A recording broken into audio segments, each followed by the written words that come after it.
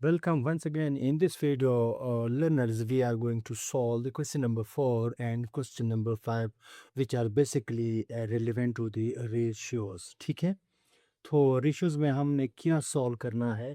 Find the value of unknown y if 3y plus 4 ratio 2y plus 5 is equal to 4 ratio 3.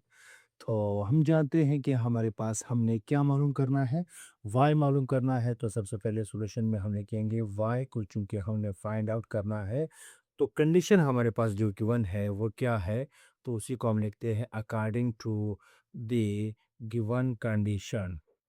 ठीक है, given condition क्या है हमारे पास? Given condition हमारे पास यही है, जो प्रोपोर्शन है इसको हम लिखते हैं 3y plus 4 ratio 2y plus 5 equal to 4 ratio 3। ठीक है, तो रेशियो का मतलब है हम फ्रैक्शन में इसको लिख सकते हैं। ठीक है, जो पहला इंटीजरेंट है वो हमारे पास नोमरेटर रहेगा और जो कंसीक्वेंट है वो हमारे पास डिनोमिनेटर रहेगा।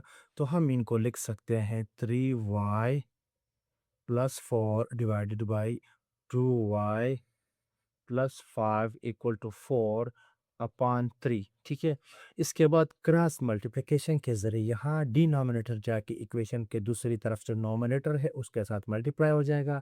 सेम एज इट इज़ 3 यहाँ पर जाके यहाँ इस नोमिनेटर के साथ मल्टीप्लाई हो जाएगा। तो क्या आ जाएगा 3 into 3y plus 4 equal to 4 2y plus 5। ठीक है, तो 3 3 ज़ा 9 9y प्लस 4 3 ज़ा 12 4 2 ज़ा 8y प्लस 4 5 ज़ा 20 हमारे पास आ गया। ठीक है, अब हम ऐसा करते हैं, जो y वाले टर्म्स हैं उनको एक तरफ शिफ्ट करते हैं, कांस्टेंट को दूसरी तरफ शिफ्ट करते हैं।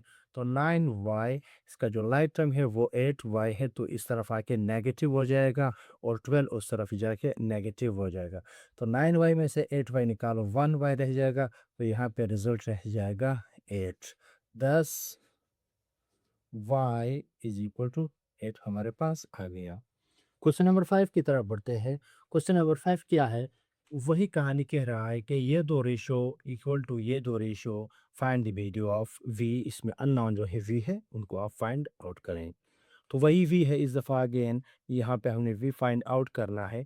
तो v इक्वल टू 0, तो यही लिखते हैं अकॉर्डिंग टू गिवन कंडीशन क्या कहता है? गिवन कंडीशन यही कहता है कि हमारे पास 3v minus 1 ratio 4 plus v equal to 2 ratio 5। ठीक है, स्टेटमेंट इन्होंने थोड़ा सा बदल दिया है। यहाँ पे इन्होंने इक्वल दिया था, यहाँ पे इन्होंने और दे दिया। ठीक है, फिर कहते हैं कि इक्वल, बाकी काम वही है, एक जैसा इक्वेशन है। तो क्या करते हैं, 3v माइनस 1, इसको 4 प्लस v हम लिखते हैं equal to 2 upon 5। Cross multiplication के ज़रिए 5 यहाँ पे आके मल्टीप्लाई हो जाएगा। 5 into 3v minus 1 2 into 4 plus v, तो मल्टीप्लाई हो जाएगा। 5 3 ज़ा 15 v माइनस 5 1 ज़ा 5 2 4 ज़ा 8 प्लस 2 v।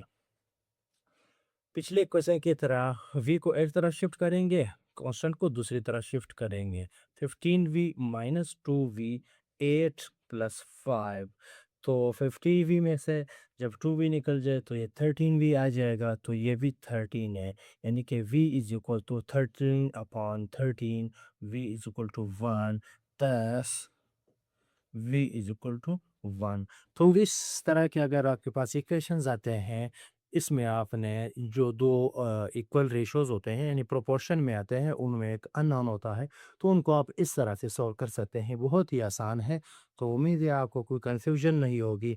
अलबत्ता फिर भी अगर आपको कोई परेशानी होती है, कोई शक होता है, तो हम मैं मैसेज कर सकते हैं या आप कमेंट्स में हमें बता सकते हैं, तो उनकी रिप्लाई बहुत जल्द आपको मिल जाएगी। तो मिलते हैं नेक्स्ट वीडियो में, इजाज़त चाहते हैं, अल्लाह हाफ़िज़।